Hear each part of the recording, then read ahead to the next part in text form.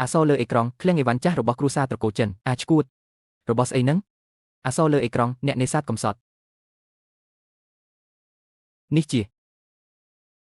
សមុទ្រមាសដែលលោកតាធ្លាប់និយាយមែនទេអក្សរលើអេក្រង់សំណាញ់មួយជាប់ត្រីរាប់ពាន់គីឡូអក្សរលើអេក្រង់តែទឹកហូរនិងថ្មប៉ព្រះទឹកមានគ្រោះថ្នាក់អក្សរលើអេក្រង់គ្រោះថ្នាក់ស្លាប់9រស់1អក្សរលើអេក្រង់បើមិនចាំបាច់បំផុតអក្សរលើអេក្រង់ដាច់ខាតកុំទៅសមុទ្រមាសគ្រោះថ្នាក់ខ្លាំងណាស់ខ្ញុំធ្វើការជាមួយអ៊ំប៉ុន្មានឆ្នាំមកនេះក្រោកមុនមន់រកស៊ីដល់យប់ជ្រៅ13:00 10:33 500 00 37 00 តែគាត់មិនដែលនិយាយរឿងបែងចែកផលចំណេញឲ្យខ្ញុំសោះតែមិនអីទេគាត់ជាអ៊ំបង្កើតរបស់ខ្ញុំចាំស្អែកក្នុងពិធីជប់លៀងខ្ញុំនឹងសាកសួរគាត់ពីរឿងភាគលាភបើគាត់នៅយល់ដល់មនោសញ្ចេតនាខ្ញុំនឹងចែករំលែករឿងសមុទ្រមាសនេះដល់គាត់អក្សរលើអេក្រង់ផ្សែងហុយក្នុងភូមិថ្ងៃលិចអ៊ំខ្ញុំសូមលើកកែវជូនពរអ៊ំមួយឆ្នាំនេះអរគុណអ៊ំហើយដែលមើលថែខ្ញុំអ៊ំរឿងមួយឆ្នាំកន្លងមកនេះទូកយើងចំណេញបានច្រើនមែនទេអក្សរលើអេក្រង់ឆិនទៅគឿនអ៊ំរបស់ហាឈិនតើអ៊ំគិតយ៉ាងណាចំពោះរឿងបែងចែកភាគលាភស្អីគឺអ្វីដែលអ៊ំធ្លាប់និយាយថា50-50នឹងណាខ្ញុំចេញបច្ចេកទេសអ៊ំចេញលុយចំណេញបានយើងចែកគ្នាពាក់កណ្ដាលឯងឈួតមែនទេលុយទិញទូកក៏ជារបស់អ៊ំមួយក៏អ៊ំជាអ្នករកឯងគ្រាន់តែជាអ្នកធ្វើការឲ្យអ៊ំប៉ុណ្ណោះបើគ្មានអ៊ំទេឯងគ្មានសិទ្ធិសូម្បីតែចេញទៅសមុទ្រផងតែអ៊ំធ្លាប់សន្យាជាមួយខ្ញុំថាចែកគ្នា50-50ខ្ញុំបានដាក់ទុនទាំងអស់ដែលខ្ញុំមានសូម្បីតែលុយសម្រាប់ចិញ្ចឹមឪពុកម្ដាយខ្ញុំពេលចាស់ទៅក៏ដាក់ចូលអស់ដែរលុយដែលឯងដាក់បន្តិចបន្តួចនឹងទិញអីបានខ្លះទូកអ៊ំជាអ្នកទិញកំពុងផែអ៊ំជាអ្នកជួលភ្ញៀវក៏អ៊ំជាអ្នករកឯងបានធ្វើអីខ្លះ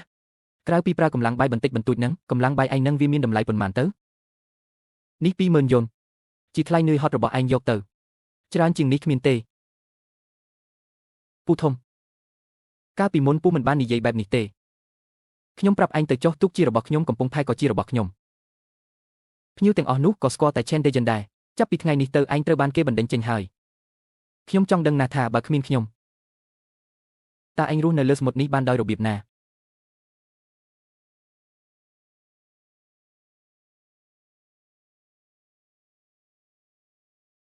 Chen Yuangang ឯងពិតជាចង់ប្រឆាំងនឹងខ្ញុំមែនទេលុយ20000នេះពូទុកទិញមជូរខ្លួនឯងទៅ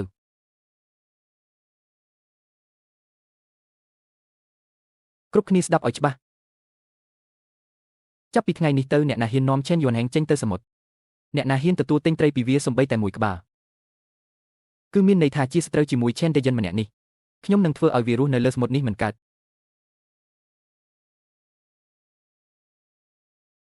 Yuangang មកវិញហើយតើបានលុយចំណាយខ្លះទេពូធំរបស់ឯងមិនបានធ្វើបាបឯងទេមែនទេពុកម៉ែខ្ញុំធ្វើការមួយឆ្នាំពូធំឲ្យលុយតែ20000ប៉ុណ្ណោះថែមទាំងបណ្ដេញខ្ញុំចេញទៀតវាហ៊ានផងខ្ញុំនឹងទៅគិតគូរជាមួយវា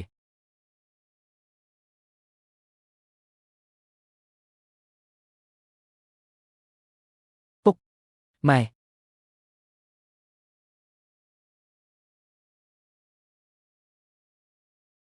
វិកលបត្រមន្ទីរពេទ្យចំនួនទឹកប្រាក់ជំពាក់155,692.00ជំងឺបេះដូងរបស់ពុកជំងឺលើសឈាមរបស់ម៉ែទាំងអស់នេះគឺដោយសារតែខ្ញុំព្រោះតែខ្ញុំទុកចិត្តមនុស្សខុស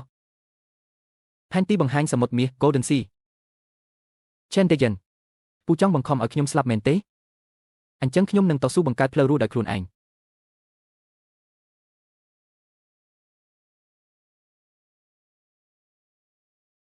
ចេញទៅទីនេះមិនស្វាគមន៍ឯងទេពូ Dejen ប្រាប់ហើយអ្នកណាជួយឯងគឺចង់ស្លាប់ហើយ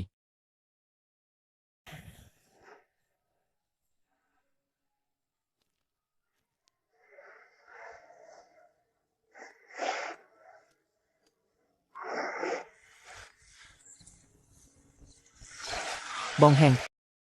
រឿងគ្រួសារបងខ្ញុំបានរើសហើយពូ Chen Dejen គាត់ពិតជាមិនមែនជាមនុស្សល្អមែនខ្ញុំស្គាល់កន្លែងមួយដែលអាចឲ្យពួកយើងមានឱកាសកែប្រែវាសនាបានប៉ុន្តែបងក៏ឃើញហើយទូករបស់ខ្ញុំមួយគ្រឿងនេះគ្រាន់តែបើកចេញទៅ3ម៉ាយសមុទ្រក៏ពិបាកដែរពួកយើងចេញទៅសមុទ្រមិនរួចទេអាជ្ញាប័ណ្ណនេសាទខ្ញុំបានធ្វើរួចរាល់ហើយត្រឹមត្រូវតាមច្បាប់ទាំងអស់ចាំពេលជួសជុលទូកហើយពួកយើងនឹងចេញទៅសមុទ្រពួកយើងសាកល្បងម្ដងទៅអ្វីនឹងមានសង្ឃឹមឡើងវិញទោះបីជាចាញ់ក៏ពួកយើងមិនខាត់បងដែរយល់ពងបើកទូកកញ្ចាស់នឹងចេញទៅសមុទ្រនឹងនេះចង់យកកំហូបទៅសែនឲ្យស្ដេចអ្នកមែនទេ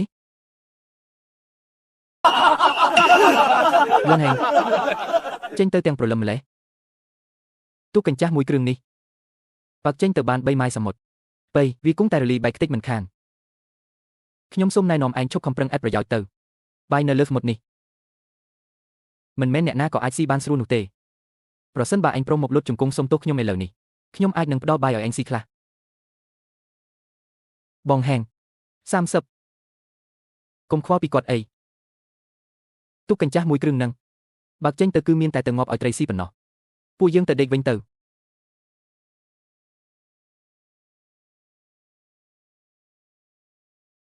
សមុទ្រមាសខ្ញុំមកដល់ហើយ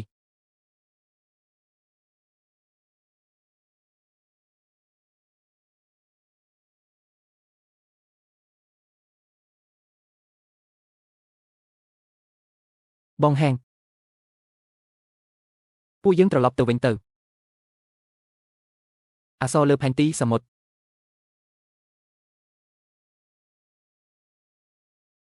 មិនត្រូវទេផ្លូវដែលលោកតាបានប្រាប់គួរតែនៅខាងកើតជាងនេះប៊ីនស៊ើកាន់ឲ្យជាប់បាត់ឆ្វេងអស់ទីដល់ម៉ោង3ល្បឿនលឿនបំផុតខាងមុខជាតំបន់ថ្មពណ៌ព្រះទឹកណាបើចូលទៅគឺមានតែស្លាប់ទេបងហាងបងឈួតហើយមែនទេស្ដាប់ខ្ញុំមិនខុសទេ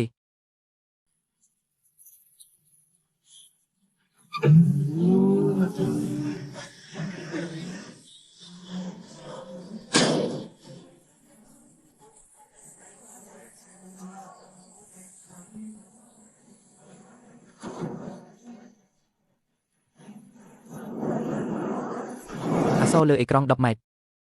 អក្សរលើអេក្រង់5ម៉ែត្រ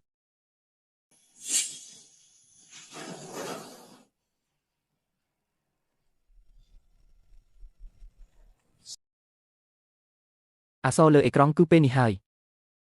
សំឡេងស្រែកដោយភាពភ័យខ្លាចនឹងការប៉ះទង្គិច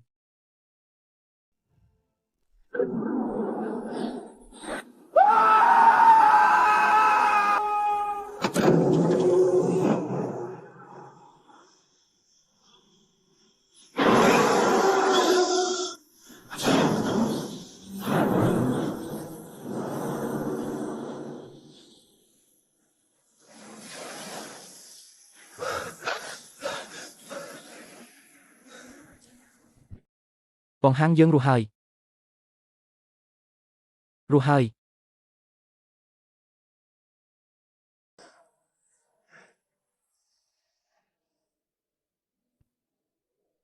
អក្សរក្នុងសៀវភៅសមុទ្រមាសដល់ហើយគឺនៅទីនេះឯងបងហាងទីនេះស្ងាត់ជ្រុងគ្មាននូវសំឡេងអ្វីសោះតើពិតជាមានត្រីមែនទេមានឬអត់តតែសាកល្បងទើបដឹងទម្លាក់សំណាញ់ហេ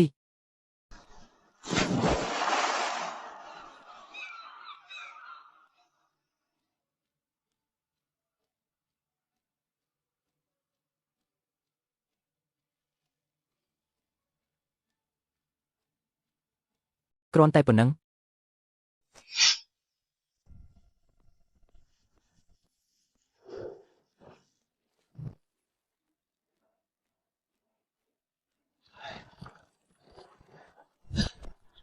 បងហែងឬក៏ពួកយើងបដូរកន្លែងទៅសាកម្ដងទៀតមើល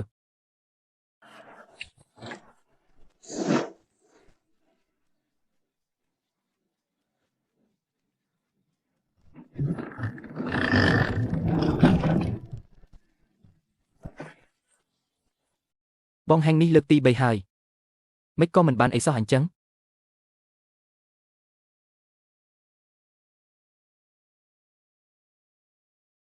សមុទ្រមាស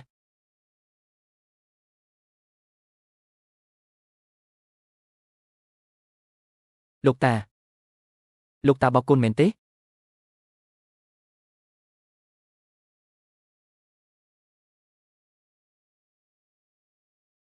បងហែងប្រេងចិត្តអស់ពីធុងហើយបើមិនគិតរកផ្លូវត្រឡប់ទៅវិញទេពួកយើងច្បាស់ជាស្លាប់នៅទីនេះមិនខានពួកយើងចុះចាញ់ទៅកន្លែងខ្មោចយីស៊ុយនេះគ្មានអីតតែសោះ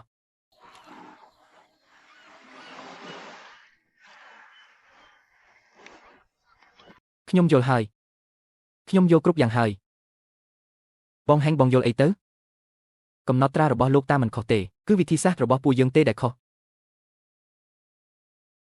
វែង ពួកយើងត្រូវតែប្រើរបស់នេះទោះបីជាចាប់បានក៏មិនគ្រប់គ្រាន់ដែរពេលនេះជាលើកចុងក្រោយហើយបើឈ្នះយ៉ាងខ្លាំងបំផុតគឺទៅចំណីត្រីទាំងអស់គ្នាដាក់នៅត្រង់នេះចុះ1 ម៉ោងក្រោយមកស្រង់ត្រង់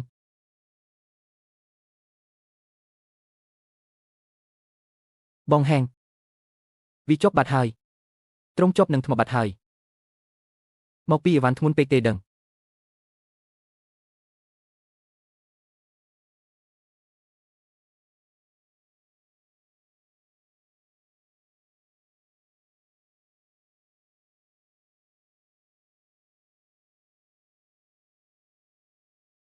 ពួកយើងមានសំណាងធំហើយពួកយើងភ្នាល់ត្រូវហើយមានសំណាងណាស់ធំដល់ហើយ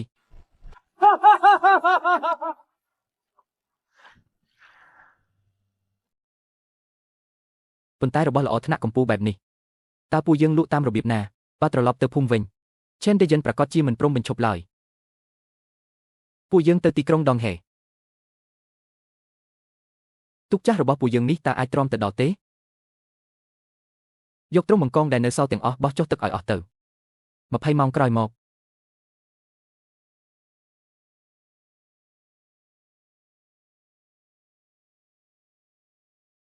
ថៅកែ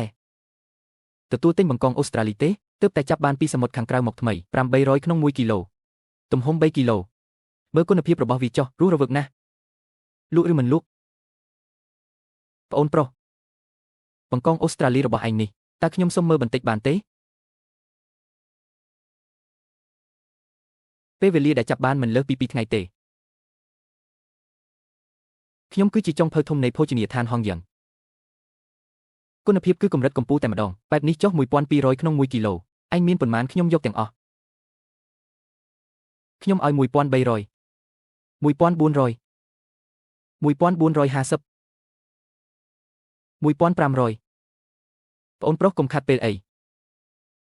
ខ្ញុំយកទាំងអស់បាទមេចុងភៅចាងអញ្ជើញមកមើលទំនិញលើទូកជាមួយខ្ញុំ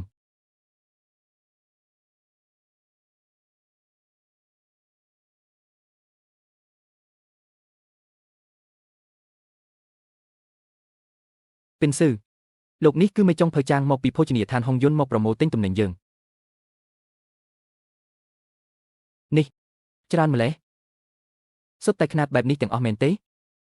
ព្រះឲ្យប្អូនប្រុសពួកឯងទៅកំទេចសម្បុកស្ដេចណាគង់មែនទេខ្ញុំនឹងហៅមនុស្សមកលើកឥឡូវនេះអាឡូហៅមនុស្សមកពី3នាក់មកមួយនេះ2គីឡូ4ខាំមួយនេះ3គីឡូ1ខាំសរុបទាំងអស់213,000 យួនប្អូនប្រុសឲ្យលេខកិននីមកខ្ញុំផ្ទេរឲ្យឥឡូវនេះសំលេងភ្ញាក់ផ្អើលអូហូវ៉ាប្រាក់ចូលកិននី213,000 យួនអាឡូបងហាងមិនស្រួលទេមិនដឹងថាឈិនទៅហ្គេនដឹងរឿងបងឯងរកស៊ីមានបានមកពីណានោះទេឥឡូវគេកំពុងនាំមនុស្សមកស្ទាក់នៅកំពង់ផែភូមិយើងហើយគេថាលើកក្រោយបងឯងមកវិញនឹងទុកទាំងមនុស្សទាំងទុកនៅទីនោះតែម្ដងបងហាងចុះយើងគួរធ្វើម៉េចមិនអាចមិនត្រឡប់ទៅវិញទេមែនទេត្រឡប់ទៅវិញត្រឡប់ទៅស្រះទឹកតូចនោះឲ្យគេជន់ឈ្លីទៀតមែនទេពិនស៊ឺចាប់ពីថ្ងៃនេះទៅយើងមិនត្រឡប់ទៅវិញទេទីនេះទើបជាចំណុចចាប់ផ្ដើមថ្មីរបស់យើងមេចុងភៅចាងខ្ញុំចង់ពិភាក្សាពីរឿងសហការរយៈពេលវែងជាមួយលោកសហការរយៈពេលវែងចង់សហការបែបណាទៅថ្ងៃមុខរាល់ទំនិញលំដាប់កម្ពុជាដែលខ្ញុំរកបាននឹងផ្គត់ផ្គង់ឲ្យតែភោជនីយដ្ឋានហុងយុនតែមួយគត់ខ្ញុំសង្ឃឹមថាអាចក្លាយជាដៃគូសហការផ្ដាច់មុខរបស់លោកនៅក្នុងក្រុងតុងហៃនេះផ្ដាច់មុខមែនទេសៀវឈិនចិត្តឯងមិនតូចទេណាតើឲ្យខ្ញុំជឿជាក់លើឯងដោយរបៀបណាថាឯងអាចផ្គត់ផ្គង់ទំនិញគុណភាពបែបនេះឲ្យខ្ញុំបានរហូតនោះគឺផ្អែកលើការដែលខ្ញុំហ៊ានទៅនេសាទក្នុងសមុទ្រដែលអ្នកដទៃមិនហ៊ានទៅហើយរកបានទំនិញដែលអ្នកដទៃរកមិនបានអាចឆ្កែឯងរកស៊ីមានបានហើយតើហ៊ានមកដណ្ដើមមួយកណ្ដាលក្រុងតុងហៃផងដឹងទេថាទីនេះជាកន្លែងអ្នកណាបានសុំច្បាប់មេឃហើយនៅអាសាត់ចិត្តធំមែនហ៊ានមកឆក់មុខរបរដល់ទីនេះផងមេចុងភៅចាងរឿងរញ៉េញ៉ៃបានរត់មកដល់មាត់ទ្វារបាត់ទៅហើយបើគ្មានដៃគូសហការដែលមានអំណាចទេនោះខ្ញុំច្បាស់ជាពិបាករស់នៅទីនេះហើយបើចង់សហការជាមួយខ្ញុំលោកក៏ប្រហែលជាត្រូវជួយដោះស្រាយរឿងរញ៉េញ៉ៃទាំងនេះដែរអញកំពុងនិយាយជាមួយអញណាបងប៉ាវនេះជាមិត្តភក្តិរបស់ខ្ញុំទេថ្ងៃនេះសូមជួយយកយល់ឲ្យតម្លៃខ្ញុំបន្តិចទៅឲ្យតម្លៃមេចុងភៅចាងពិតណាស់គឺត្រូវតែឲ្យ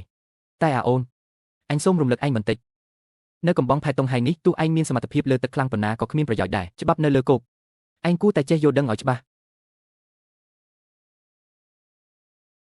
អាឈិនឯងពិតជាមានសេចក្តីក្លាហានណាស់មិត្តម្នាក់នេះខ្ញុំសម្រេចថាជួយឯងហើយសម្រាប់ការសហការផ្ដាច់មុខខ្ញុំនឹងផ្ទេរប្រាក់កក់ឲ្យឯង200,000មុនទៅថ្ងៃមុខទំនិញដែលល្អបំផុតត្រូវតែមកដល់ដៃខ្ញុំមុនគេបងហាំងអក្សរលើទូរស័ព្ទប្រាក់សរុប413,000,000 យន់ជាង400,000មួយជីវិតនេះខ្ញុំមិនដែលឃើញលុយច្រើនបែបនេះទេយើងមានហើយបងយើងមានបានហើយនេះគ្រាន់តែជាការចាប់ផ្ដើមប៉ុណ្ណោះពិនស៊ឺយើងម្នាក់យក100,000ម្នាក់ទៅលុយដែលសល់យកទៅកែលម្អទូករបស់យើងឡើងវិញមិនបានទេបងច្រើនពេកហើយខ្ញុំគ្រាន់តែដើរតាមជួយកម្លាំងបន្តិចបន្តួចប៉ុណ្ណោះឈិនទៅហ្គេងអញស្មានថាដេញអញចេញទៅអញនឹងរស់មិនកាត់មែនទេឥឡូវនេះអញនឹងឲ្យអញមើលថាតើដៃគូប្រកួតដែលអញបង្ខំឲ្យងើបឡើងមកនេះគួរឲ្យខ្លាចកម្រិតណាតួអង្គចុងក្រោយឈិនទៅហ្គេងនិយាយទូរស័ព្ទអាឡូបងប៉ារឿងដែលឲ្យបងជួយចាត់ការនោះតើទៅដល់ណាហើយតើបានឲ្យអាសត្វនោះដឹងពីកម្លាំងរបស់យើងហើយឬនៅខ្ញុំមិនអាចយកច្រើនយ៉ាងនេះទេអញឲ្យខ្ញុំតែ30,000ខ្ញុំក៏ស្កប់ស្កល់ណាស់ហើយពួកយើងជាបងប្អូនក៏ជាដៃគូសហការដែរបើគ្មានទូករបស់អញទេខ្ញុំសំបីតែចេញទៅសមុទ្រក៏ធ្វើមិនបានផងលុយនេះគឺជាអ្វីដែលអញគួរទទួលបានថៅកែជួយកែច្នៃទូកនេះពីក្នុងដល់ក្រៅឲ្យខ្ញុំមួយសារមកម៉ាស៊ីនបដូរយកអាសេសខ្លាំងបំផុតហើយជួយពង្រឹងទូកឲ្យរឹងមាំបំពាក់ម៉ាស៊ីនយងបាតសមុទ្រដែលល្អបំផុតផងបាននឹងចាប់ផ្ដើមការងារភ្លាមរឿងលុយមិនមែនជាបញ្ហាទេខ្ញុំចង់បានតែរបស់ដែលល្អបំផុតបានអេពួកឯងទៅបើកទូកបូឡាំងហាវនោះមកនេះមកឲ្យអស់គ្នាមក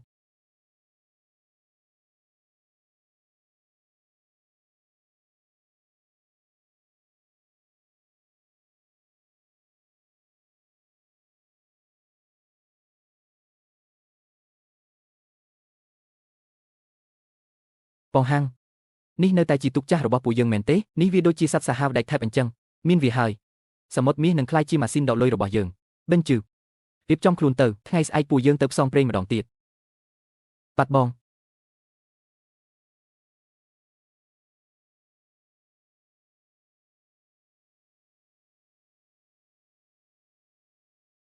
លោកតា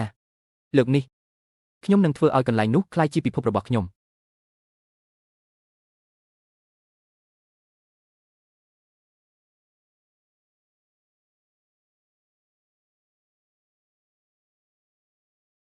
បងហាំងចិត្តដាក់មិនអស់ទៅហើយជើងនេះត្រឡប់ទៅវិញច្បាស់ជាចំណេញកប់ក្ដងមិនខានបិនជឺស្រង់ទ្រង់បង្កងនៅតំបន់ចុងក្រោយនេះហើយពួកយើងនឹងសម្រាក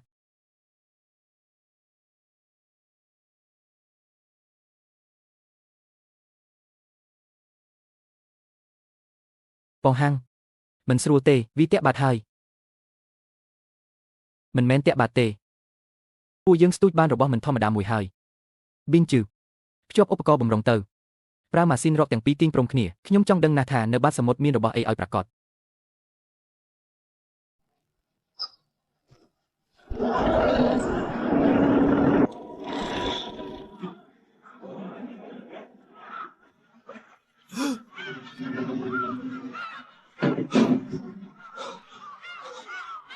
សំឡេងភ្ញាក់ផ្អើលក្នុងសៀវភៅកំណត់ហេតុរបស់លោកតាធ្លាប់រៀបរាប់តែមានតែក្នុងរឿងព្រេងនិទានប៉ុណ្ណោះស្ដេចបង្កងអូស្ត្រាលីប៊ីនជឺស្ទូចវាឡើងមក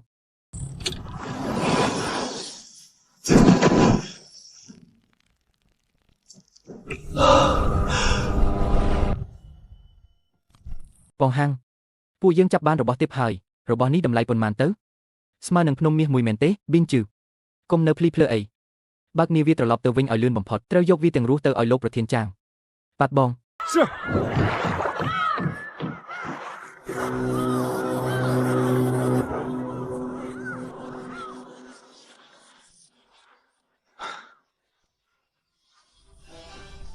បន្ថយល្បឿន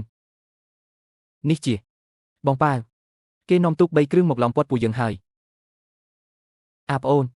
ត្រឡប់មកវិញទាំងជោគជ័យណាស់ទុកទំនិញនឹងឲ្យអញចំណែកឯងអាចទៅវិញចុះ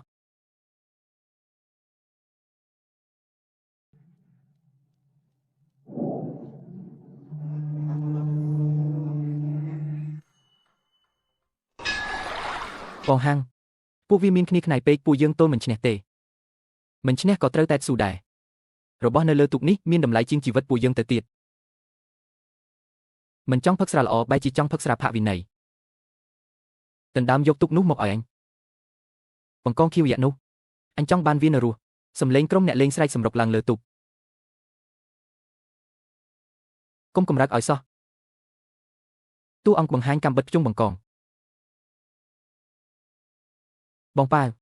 របស់នេះតម្លៃប៉ុន្មានអ្នកឯងច្បាស់ជាដឹងជាងខ្ញុំទៅទៀតប្រសិនបើពួកឯងម្នាក់ណាហ៊ានតែចូលមកដណ្ដើមកាំបិតដំបងរបស់ខ្ញុំនឹងសម្លាប់វាចោលភ្លាម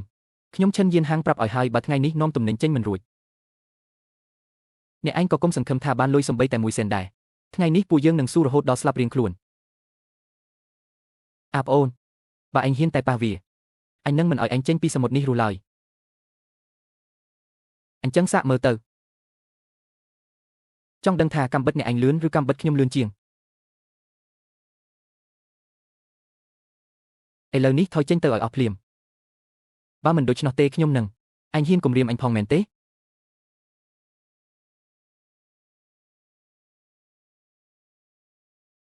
អាប៉ាអញចង់រករឿងដល់មិចមែនទេទំនិញរបស់អញក៏ហ៊ានប៉ះពាល់ដែរយកច្រឡំទេបងសុទ្ធតែជាការយកច្រឡំទាំងអស់ខ្ញុំគ្រាន់តែលេងសើចជាមួយប្អូនប្រុសនេះបន្តិចតើអញទុកពេលឲ្យអញ3នាទីនាំមនុស្សរបស់ឯងបាត់ចេញពីមុខអញឲ្យអស់ភ្លាម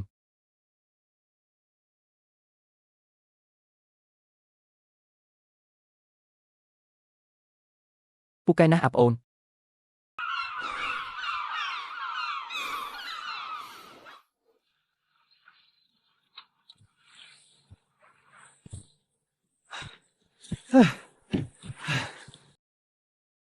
លោកប្រធានចាងថ្ងៃនេះអរគុណលោកខ្លាំងណាស់អរគុណអីទៅ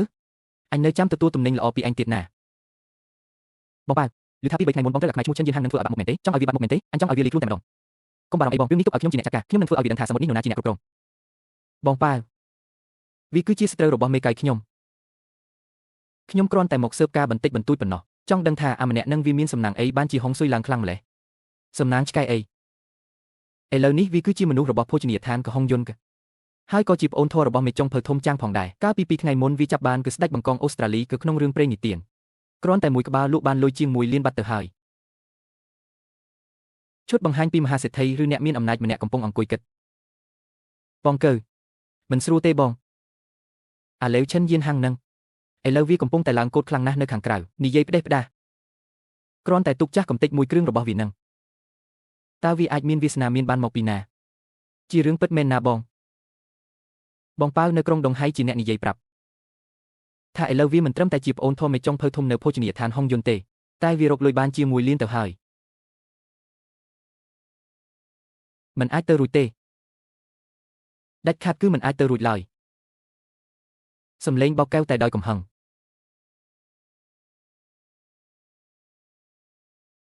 ក្រុងដុងហៃភោជនីយដ្ឋានហុងយុនរៀបចំឡានយើងនឹងទៅក្រុងដុងហៃភ្លាមឈុតមហាសេដ្ឋីហុចស្រោមសម្បត្តិដែលមានលុយ1 សែនឲ្យទៅបងប៉ាវ1 សែន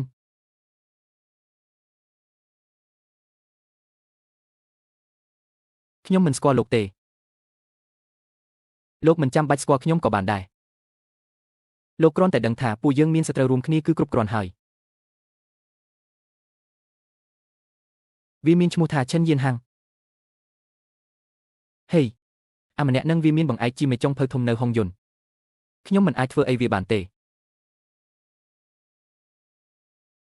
តើនរណាថាចង់ឲ្យលោកទៅប៉ះពាល់វាដោយផ្ទាល់នោះស្នាមញឹមបែបមានល្បិចកអត្ថបទលើអេក្រង់ផលប៉ះពាល់ភាពយន្តគ្មានការណែនាំមិនល្អចូលចែកចាយពាក្យចាំអារាមនៅទីផ្សារទៅនិយាយថាផ្ទៃសមុទ្រនោះពីមុនហាក់ដូចជាតំបន់ឧស្សាហកម្មបន្ទាប់ពីការងារនេះសម្រាប់ខ្ញុំនឹងឲ្យឯង20,000ទៀត500,001 11 0000000012 500យកព្រម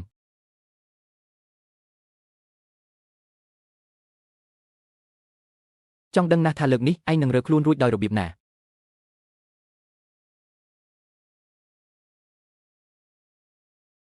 លើកនេះយ៉ាងហោចណាស់ក៏យើងចំណេញបាន2 លានដែរកប៉ាល់ Deep Blue ថ្មីនេះពិតជាមិនធម្មតាមែនល្បឿនក៏លឿនម៉ាស៊ីនស្កេនត្រីក៏ច្បាស់ត្រីហែទៅណាដឹងទាំងអស់ចាប់បានស្រួលណាស់មែនហើយលុយដែលចំណាយទៅពិតជាមានតម្លៃណាស់ល្មមហើយយើងត្រឡប់ទៅវិញចុះ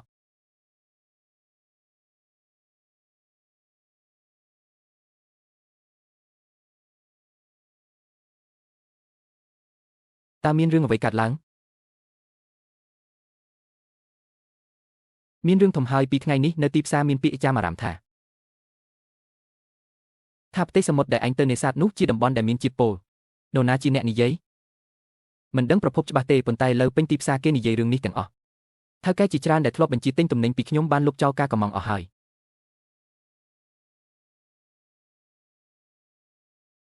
ស្ដាប់ការណែនាំបន្តិចទៅធ្វើជំនួញមិនត្រូវអត់សិលធម៌ទេបើរបស់មិនស្អាតបើញ៉ាំទៅមានបញ្ហាតើអញទទួលខុសត្រូវរួចទេមិនក៏ហ៊ានធ្វើបែបនេះពិតជាមិនចេះខ្មាស់គេមែនលោកថាទំនិញខ្ញុំមានជាតិពុលតើមានភស្តុតាងទេភស្តុតាងបទពិសោធន៍ដើរសមុទ្ររាប់សិបឆ្នាំរបស់ខ្ញុំគឺជាភស្តុតាងផ្ទៃសមុទ្រនោះពីមុនជាកន្លែងបែបណាអញដឹងច្បាស់ក្នុងចិត្តហើយបទពិសោធន៍មិនអាចយកមកធ្វើជាអាហារបានទេបើនិយាយមិនច្បាស់ទុកឲ្យអាជ្ញាធរជាអ្នកនិយាយចុះឥឡូវនេះខ្ញុំនឹងយកសំណាក់ពីលើកប៉ាល់ទៅមន្ទីរត្រួតពិនិត្យក្រុងដងហេភ្លាម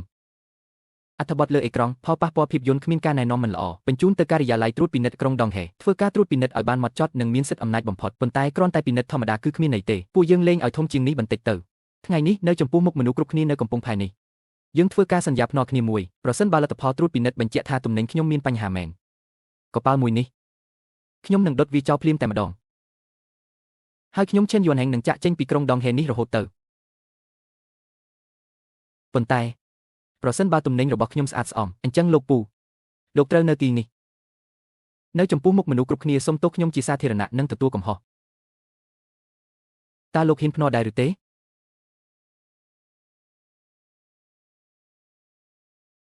អញកុំមកប្រើល្បិចនេះដាក់ខ្ញុំអីនរណានឹងដឹងថាអញលួចសូប៉ាន់អ្នកពិនិត្យឬអត់យុទ្ធធម៌មួយនេះទុកឲ្យខ្ញុំជាអ្នកចាត់ចែងចោះសំណាក់ដែលត្រូវយកទៅពិនិត្យរួមទាំងនៅកំពង់ផែនេះនិងថៅកែដែលគួរឲ្យទុកចិត្តមួយចំនួនទៀតនឹងរួមគ្នាដកសំណាក់និងបញ្ជូនទៅមន្ទីរពិសោធន៍ជាមួយគ្នាខ្ញុំប្រើកិត្តិយសរបស់ខ្ញុំយ៉ាងជាអ្នកធានាថាគ្មាននរណាម្នាក់អាចលួចបន្លំបានឡើយ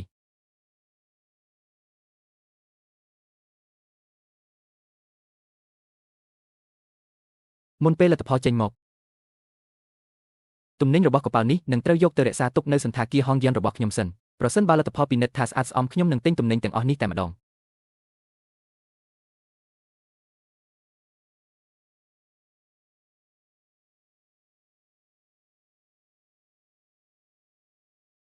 ពេលថ្ងៃហើយរៀបចំអស់ហើយមែនទេរៀបចំរួចរាល់អស់ហើយថ្ងៃនេះចាំមើលអាម្នាក់នោះវាចប់សពគ្រប់តែម្ដងទៅឈិនយួនហែងអើយអញស្មានតែតោងជើងមេចុងភៅយ៉ាងបានហើយនឹងរួចខ្លួនមែនទេអញនៅខ្ចីណាស់លោកគឺជាសាក្សីម្នាក់ក្នុងការត្រួតពិនិត្យលើកនេះសូមលោកជាអ្នកប្រកាសលទ្ធផលចុះលទ្ធផលមកដល់ហើយវើយខ្ញុំហ៊ានភ្នាល់100ច្បាស់ជាមិនជាប់ស្តង់ដារទេអ្នកធំខ្ញុំធ្លាប់ប្រាប់អ្នកតាំងពីយូរហើយធ្វើជាមនុស្សកុំលោភលន់ពេកឥឡូវល្អហើយទទួលផលដែលខ្លួនសាំងទៅ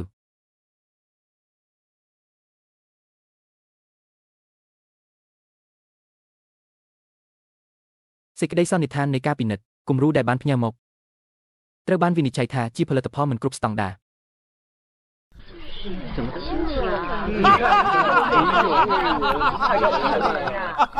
ទេមិនគ្រប់ស្តង់ដារអនុវត្តតាមការភ្នាល់លុបកិច្ចសន្យាចោលដុតទុកចោលអ្នកទាំងអស់គ្នាបានឬហើយនេះជាច្បាប់ដែលគេដាក់ខ្លួនឯងបងហាំងនេះមិនអាចទៅរួចទេទំនិញរបស់យើងច្បាស់ណាស់ថាមិនក៏អាចបែបនេះយៀនហាំងឲ្យព្រមចាញ់ទៅអ្នកធំចិត្តទូលីប្រហែលជាអាចផ្ដល់បាយឲ្យអញមួយពេលដែរ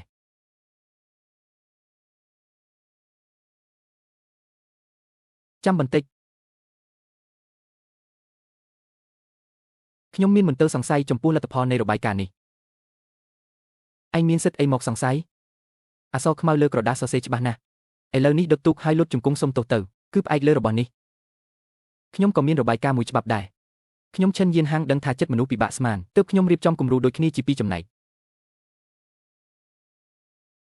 មួយចំណែកទៀតខ្ញុំបានផ្ញើទៅមជ្ឈមណ្ឌលពិនិត្យកម្រិតខេត្តជាបន្ទាន់កម្រិតមជ្ឈមណ្ឌលខេត្តខ្ពស់ជាងឧបករណ៍ទំនើបជាងនិងមានសុពលភាពជាងសូមលោកមើលរបាយការណ៍ពីអង្គភាពថ្នាក់លើរបស់លោកហើយអានឲ្យគ្រប់គ្នាស្ដាប់ទៅរបាយការណ៍ពិនិត្យពីមជ្ឈមណ្ឌលកម្រិតខេត្តសេចក្តីសន្និដ្ឋានរាល់សន្ទុះនៃគំរូគឺខ្ពស់ជាងស្តង់ដារជាតិឆ្ងាយណាស់ការវិតម្លៃជារួមជាផលិតផលលេខ1កម្រិតខ្ពស់និងមានតម្លៃអាហារូបត្ថម្ភខ្លាំងណាស់មិនអាចទេវាមិនអាចទៅរួចដាច់ខាតទំនិញតែមួយជា batch តែមួយតែលទ្ធផលចេញមកខុសគ្នាដាច់ លោកមិនគិតថាផ្ទៃក្នុងរបស់លោកមានបញ្ហាទេអីអ្នកធំ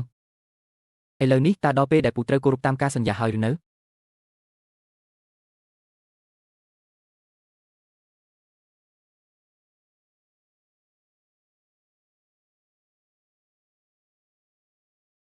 ឈិនតេយិនបើហ៊ានភ្នាល់ត្រូវហ៊ានចាញ់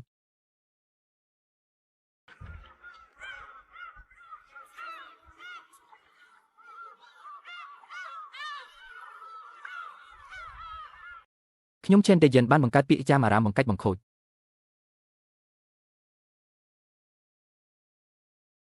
ខ្ញុំសូមទោសឈិនយួនហែង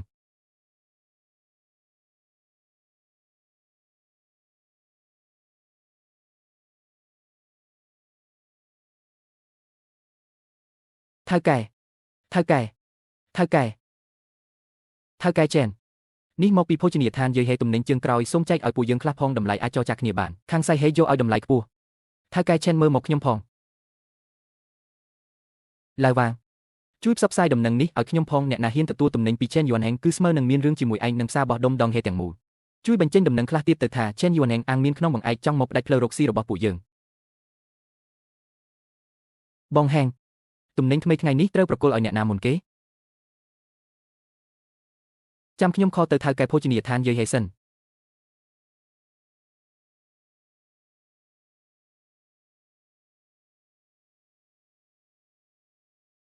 មានរឿងអីមែនទេចម្លែកណាស់ហេតុអីមិនលើកទូរស័ព្ទអញ្ចឹង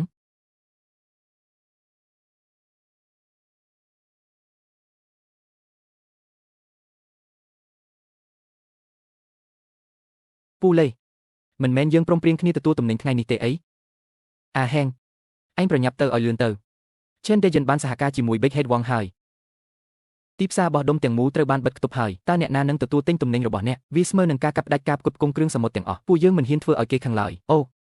នេះមិនមែនជាថៅកែធំឈិនទេអីឬថាអ្នកចង់គ្រប់គ្រងទីផ្សារតែម្នាក់ឯងហើយចង់ឲ្យពួកយើងដាច់បាយមែនទេពួកយើងមិនហ៊ានតាំងជាមួយអ្នកឡើយបងហែងតើពួកយើងគួរធ្វើបែបណាទៅបើទំនិញពេញនាវានេះលក់មិនចេញពួកយើងនឹងវិនាសមិនខាន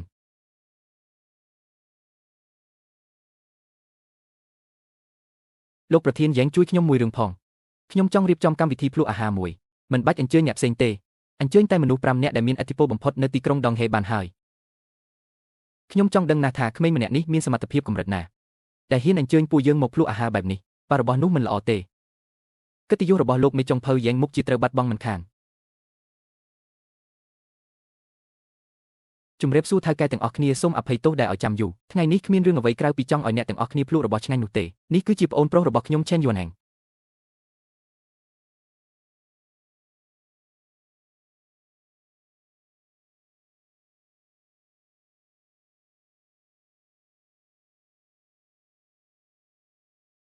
បង្កងអូស្ត្រាលីនេះសាច់វាដូចនៅមានជីវិតអញ្ចឹងលោកថៅកែទាំងឡាយបច្ចេកទេសនេសាទនិងការថែរក្សារបស់ប្អូនប្រុសអាហែង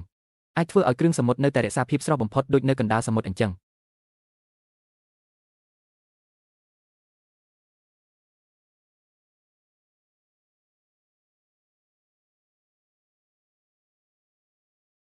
លោកថៅកែទាំងអស់គ្នាខ្ញុំអញ្ជើញអ្នកទាំងអស់គ្នាមកថ្ងៃនេះមិនមែនមកអង្វរឲ្យអ្នកទាំងអស់គ្នាទិញទំនិញរបស់ខ្ញុំនោះទេ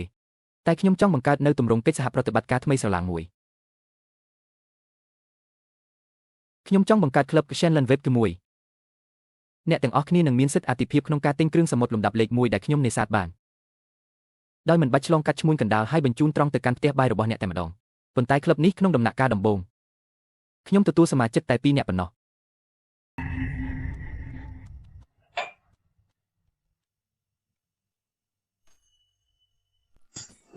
គាត់អាំងលើស្អីទៅថែមទាំងមានពួកថៅកែដណ្ដើមគ្នាចុះកិច្ចសន្យាជាមួយគាត់ទៀត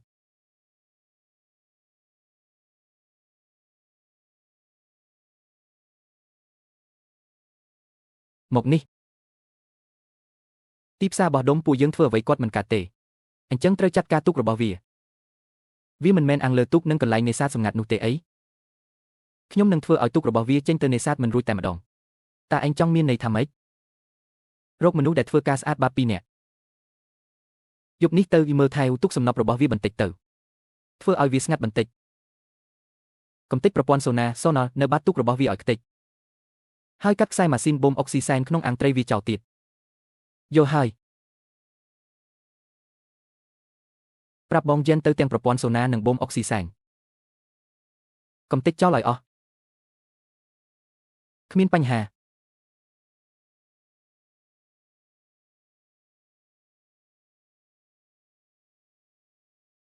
ចាត់ការបានមួយហើយអញទៅកំទេចប្រព័ន្ធសូណាទៅ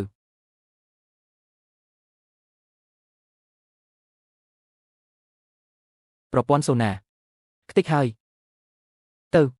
បងយិននៅចាំយើង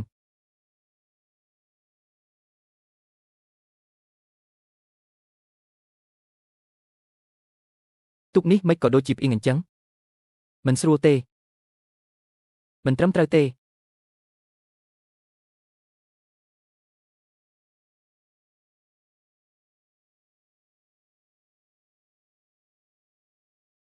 តើវាជារឿងអីទៅនឹងមានគេលួចធ្វើស៊ីទុកយើងហើយ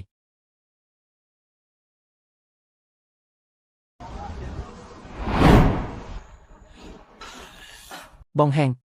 លុយកាក់ពួកយើងចិត្តអស់ហើយហេតុអ្វីបានជាចំណាយលុយច្រើនដើម្បីដំឡើងរបស់ទាំងនេះ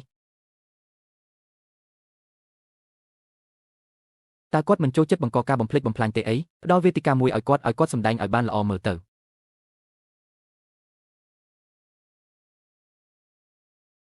បងហែងនេះបងចង់ផលិតជាឡានពាសដាច់មែនទេដើម្បីទប់ទល់នឹងមនុស្សប្រភេទនេះបងត្រូវតែខ្លាំងជាងគេនេះវាមិនអាចទៅរួចទេ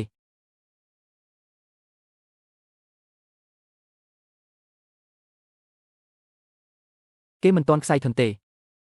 ថែមទាំងកែច្នៃទុកឲ្យទៅជាអណ្ដើកដែកទៀតបងធំតើពួកយើងគួរធ្វើបែបណាបន្តនាំខ្ញុំទៅមើលកន្លែងកើតហេតុបន្តិចមើលលេងលួចលាក់មិនឈ្នះគេទេយើងត្រូវលេងចំហវិញអញឲ្យបងប្អូនទាំងអស់មកតាមខ្ញុំចេញទៅសមុទ្របងធំបំណងរបស់បងគឺនៅលើសមុទ្រគ្មាននរណាម្នាក់អាចគ្រប់គ្រងយើងបានទេតាមគេឲ្យជាប់ចាំដល់សមុទ្រខាងក្រៅពត់ទូករបស់វាឲ្យជាប់រួចបុកឲ្យលិចតែម្ដង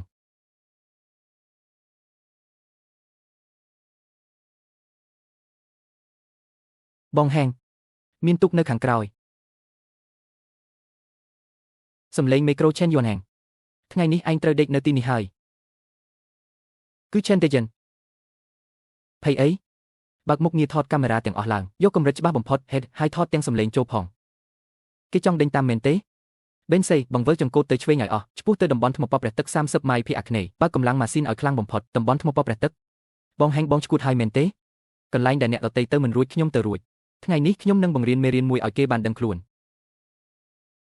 ផលប៉ះពាល់ភាពយន្តគ្មានតម្លៃវិជ្ជមាន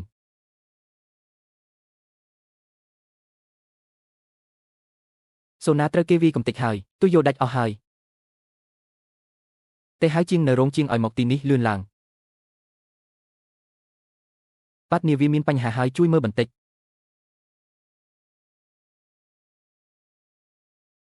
សៀវឈិនម្នាក់ដែលធ្វើរឿងនេះសាហាវណាស់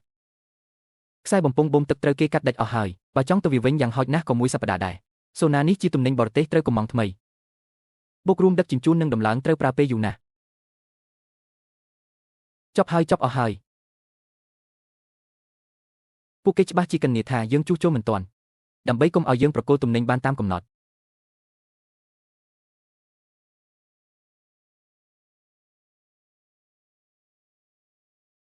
ឈិនទៅហ្គេន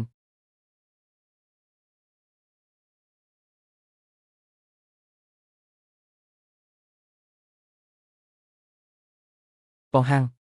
យើងបានចុះកិច្ចសន្យាជាមួយពួកថៅកែអស់ហើយលើកនេះតើគួរធ្វើបែបណាទៅ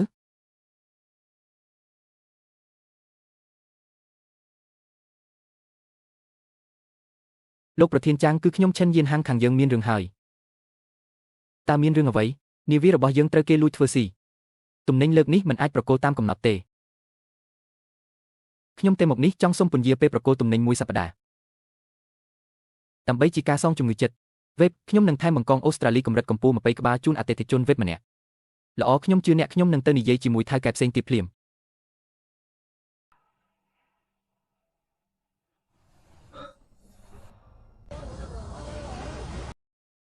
ឃើញទេ នាវាសំណប់របស់ឈិនយៀនហាំងពេលនេះខ្លាចជាអេតចៃហើយសុំមុខហើយឲ្យវាដឹងខ្លួនខ្លះពេលនេះល្អហើយខ្លាចជាគំនោដាច់អេតចៃហើយតើគូសត្រូវឈរមើលដោយក្តីរីករាយនិងថតរូបទុក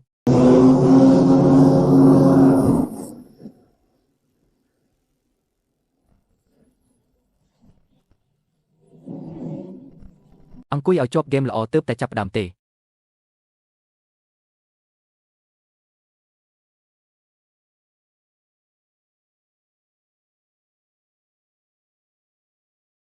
បងហងខាងមុខគឺជាទឹកកញ្ជ្រោវានឹងបិទពួកយើងចូលមិនខានជឿជាក់លើខ្ញុំ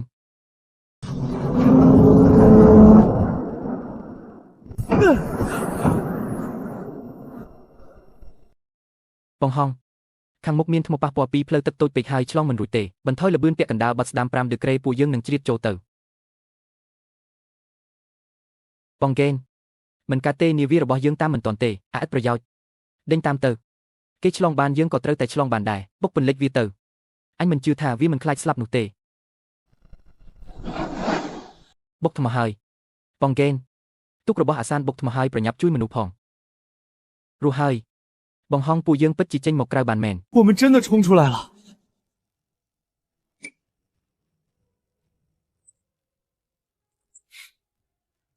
ផុសតាង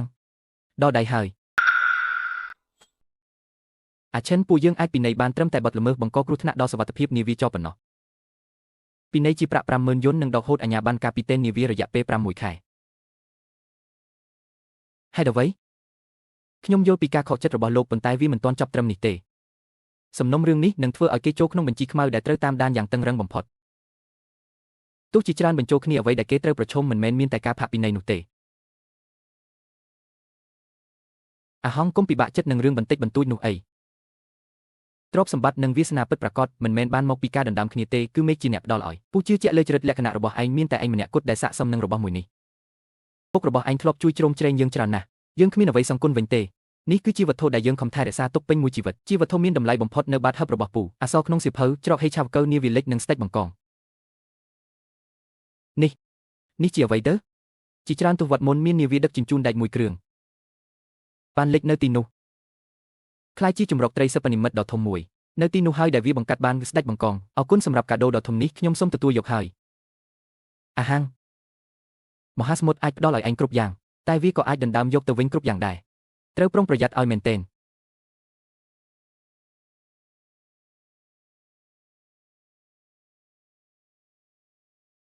អាចកំបាំងនៃនាវាលិច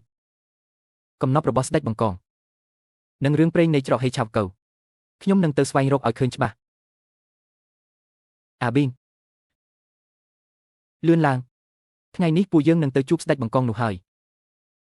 កុំបារម្ភអីខ្ញុំរៀបចំត្រង់នឹងនុយដែលល្អបំផុតហើយពេលត្រឡប់មកវិញពួកយើងនឹងក្លាយជាអ្នកប្រមាញ់ស្ដេចបង្កងល្អចេញដំណើរគោលដៅគឺច្រកហេឆាវកៅ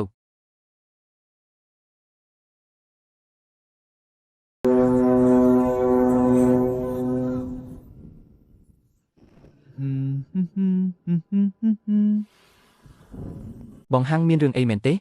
មើលទៅមេឃដូចជាចម្លែកមិនដឹងទេមេឃឡើងក្រហមព្យុះធំនឹងមកដល់សត្វស្លាបហោះចូលដីគោគ្រោះមហន្តរាយចិត្តមកដល់ហើយ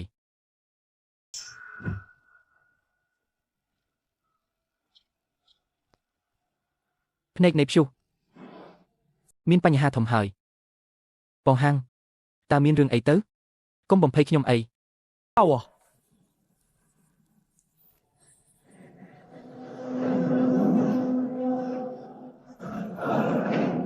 អាប៊ីងកុំខ្លាចអីប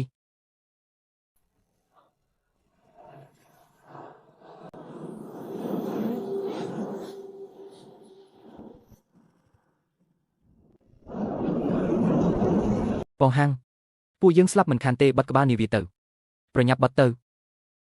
បើបាត់ពេលនេះនាវានឹងត្រូវរលកបោកក្រឡាភ្លាមពួកយើងគ្មានផ្លូវថយក្រោយទៀតទេជ្រលងទឹកចូលខ្មៅ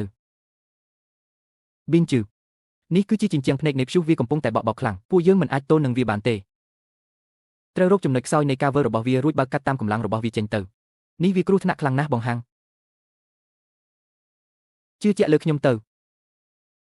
នេះគឺជាឱកាសរស់តែមួយគត់របស់ពួកយើង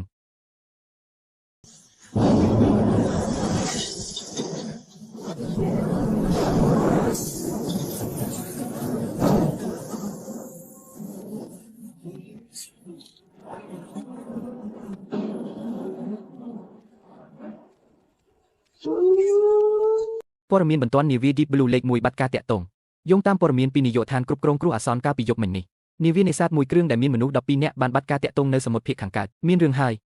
ក្នុងព័ត៌មាននិយាយថានាវា Deep Blue លេខ1របស់ឈិនយៀនហាងបាត់ការតាក់ទងនៅកណ្ដាលសមុទ្រហើយបាត់ការតាក់ទង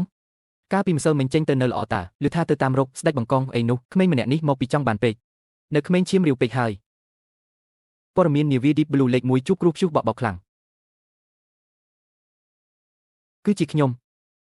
ជាអ្នកធ្វើបាបពួកគេគឺខ្ញុំជាអ្នកធ្វើបាបអាហាំងហើយបងប្អូនទាំងអស់គ្នាថ្ងៃនេះខ្ញុំអញ្ជើញអ្នកទាំងអស់គ្នាមកគឺដើម្បីប្រាប់ដំណឹងល្អមួយដល់អ្នករាល់គ្នាហាហាហាឈិនយៀនហាំងត្រូវបានសមុទ្រលេបបាត់ទៅហើយអបអសាត្របងហ្គេនកំចាត់បន្លាដែលនៅក្នុងទ្រូងបានហើយខ្ញុំថាមែនអាម្នាក់នោះវាខ្លាំងបានតែប៉ុន្មានថ្ងៃនឹងតើចាប់ពីថ្ងៃនេះទៅទីផ្សារគ្រឿងសមុទ្រនៅក្រុងដុងហៃនឹងត្រឡប់មកក្នុងដៃពួកយើងវិញហើយ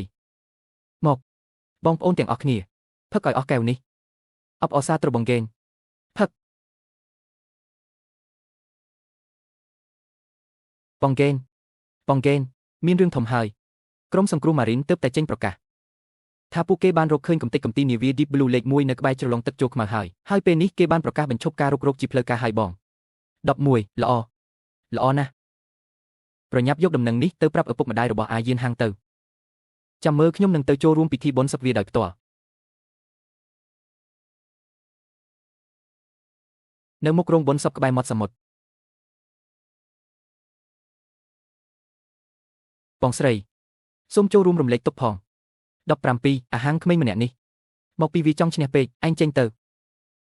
ឯងនៅមានមុខមកទីនេះទៀតហីឈិនយូហ្គេនបើគុំតែឯងលេបយកលុយញើសឈាមពួកយើងបង្ខំឲ្យកូនប្រុសខ្ញុំរត់ចូលផ្លូវតើវាទៅប្រថុយក្នុងកន្លែងខ្មោចលងនោះធ្វើអីអ្នកទាំងអស់គ្នាជួយកាត់សេចក្តីមើលខ្ញុំជាអ៊ំបង្កើតរបស់វាណាតើខ្ញុំអាចមានចិត្តអាក្រក់ធ្វើបាបវាបានយ៉ាងម៉េចកាលនោះខ្ញុំចែកឲ្យវា20000ដែរតើគឺវាខ្លួនឯងទេដែលថាតិចរួចមិនស្កប់ស្កល់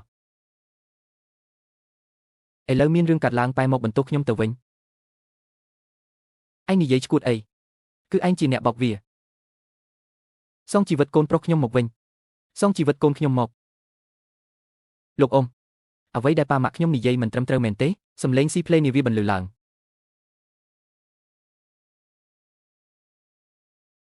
នោះគឺជាសំឡេងរបស់អាហាំងនាវា Deep Blue លេខ1បើកត្រឡប់មកវិញដោយសុវត្ថិភាពមិនអាចទេវាមិនអាចត្រឡប់មកវិញទេកូនសម្លាញ់កូនមិនទាន់ស្លាប់ទេកូនពិតជាមិនទាន់ស្លាប់មែន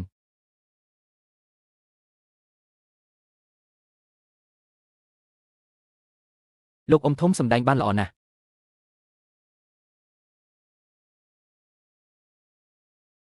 លោកពូ9លោកថាត្រូវទេ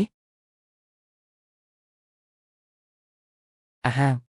ពូខុសចំពោះក្មួយហើយពូខុសចំពោះលោកតាដែលចែកឋានទៅរបស់ក្មួយហើយគឺគាត់ជាអ្នកបង្ខំពូគាត់យកលុយព្យាបាលចៃរបស់ពូគំរាមពូឲ្យពូយកផែនទីសមុទ្រคล้ายៗនោះឲ្យក្មួយគាត់ចង់ឲ្យក្មួយទៅស្លាប់ខ្ញុំមិនបានធ្វើទេគឺវាលោភលន់ខ្លួនឯងទេបងប្អូនអ្នកភូមិទាំងអស់គ្នាអ៊ំធំនិយាយត្រូវហើយគឺខ្ញុំចង់ទៅរកសេចក្តីស្លាប់ដោយខ្លួនឯងគាត់កញ្ញាអាកាសធាតុទុកជាមុនគាត់កញ្ញាទុកទាំងភាពលោភលន់របស់ខ្ញុំគាត់ចង់ខ្ចីដែលលោកម្ចាស់មេឃបំផ្លាញទាំងនាវានិងជីវិតមនុស្សដើម្បីកុំឲ្យមានភស្តុតាងសម្រាប់ដោះសារអ៊ំធំអំបញ្ញមិញអ៊ំយំសោកខ្លាំងណាស់មែនទេឥឡូវឃើញខ្ញុំត្រឡប់មកវិញទាំងមានជីវិតហេតុអ្វីក៏ភ័យខ្លាចបែបនេះ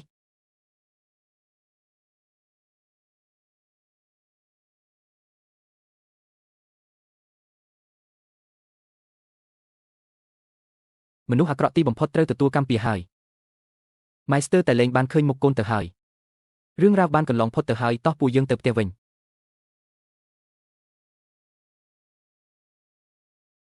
រឿងរបស់ឡាហ្គេនពីបទប៉ុនប៉ងមនុស្សឃាតដោយចេតនាភស្តុតាងច្បាស់លាស់តុលាការកាត់ទោសឲ្យជាប់ពន្ធនាគារ3ឆ្នាំល្អណាស់សមមុខហើយទីបំផុតមេឃមានភ្នែកមនុស្សអាក្រក់ជួបកម្មអាក្រក់អង្គុយចុះទៅភ័យរំភើបធ្វើអ្វីគាត់លែងសំខាន់ទៀតហើយពួកយើងគួរតែនិយាយពីរឿងអនាគតវិញផែនការអាជីវកម្មក្រុមហ៊ុននេសាទ Deep Blue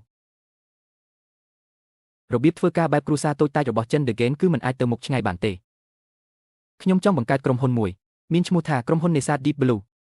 ពង្រីកអាជីវកម្មរបស់យើងឲ្យកាន់តែធំនិងមានស្តង់ដារក្មេងល្អខ្ញុំពិតជាមើលមនុស្សមិនខុសមែនមហិច្ឆតារបស់ឯងមិនមែនត្រឹមតែជានាមមាននេសាទមួយគ្រឿងនោះទេដើម្បីអនាគតរបស់យើងទាំងអស់គ្នាញួរតុលាការកាត់ទោសឲ្យជាប់ពន្ធនាគារ3ឆ្នាំ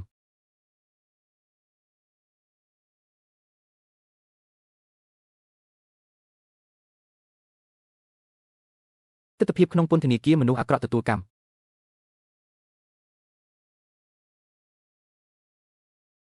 យន់ហាងពូសុំទោសចំពោះក្មួយសំឡេងដើរចេញពីពន្ធនាគារបងហាងពួកគេនៅតែដដែលពេញជឿយើងរកលុយបានហើយប៉ុន្តែខ្ញុំចង់នាំអ្នកភូមិរកចំណូលជាមួយគ្នាមានម្នាក់ឯងមិនហៅថាមានទេខ្ញុំចង់ឲ្យអ្នកភូមិទាំងអស់ក្រោកឈរឡើងជាមួយពួកយើង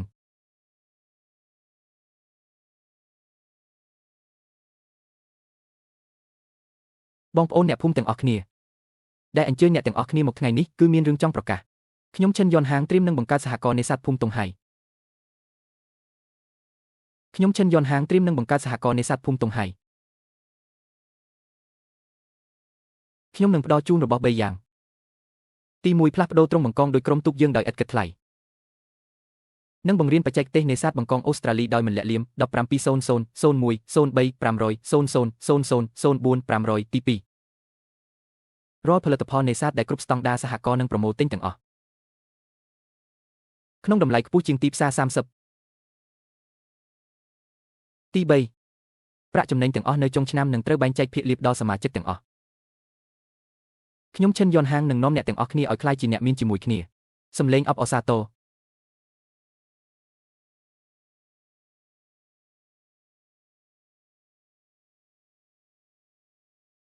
3ឆ្នាំហើយទីបំផុតបានចេញមកវិញហើយ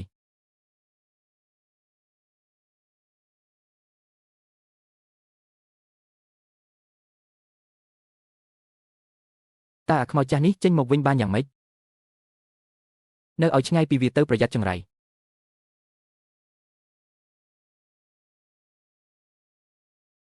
លោកតានេះជាប្រាក់រង្វាន់របស់លោកតាសូមទទួលយកចុះ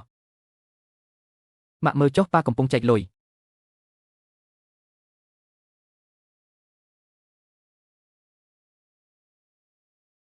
យន់ហាងពូដឹងថាពូគ្មានមុខងារមកសុំក្មួយទេតែពូគ្មានកន្លែងទៅទេតើក្មួយអាចផ្ដល់បាយឲ្យពូញ៉ាំបានទេធ្វើអ្វីក៏បានដែរពូមិនខ្លាចលំបាកទេរឿងកាលពីឆ្នាំនោះខ្ញុំមិនអាចបំភ្លេចបានទេប៉ុន្តែខ្ញុំឈិនយន់ហាងមិនមែនជាមនុស្សដាច់ធម្មតាទេលោកពូចាប់ពីថ្ងៃនេះទៅលោកពូអាចទៅធ្វើជាអ្នកយាមឃ្លាំងនៅសហករណ៍បានមានបាយមានកន្លែងស្នាក់នៅ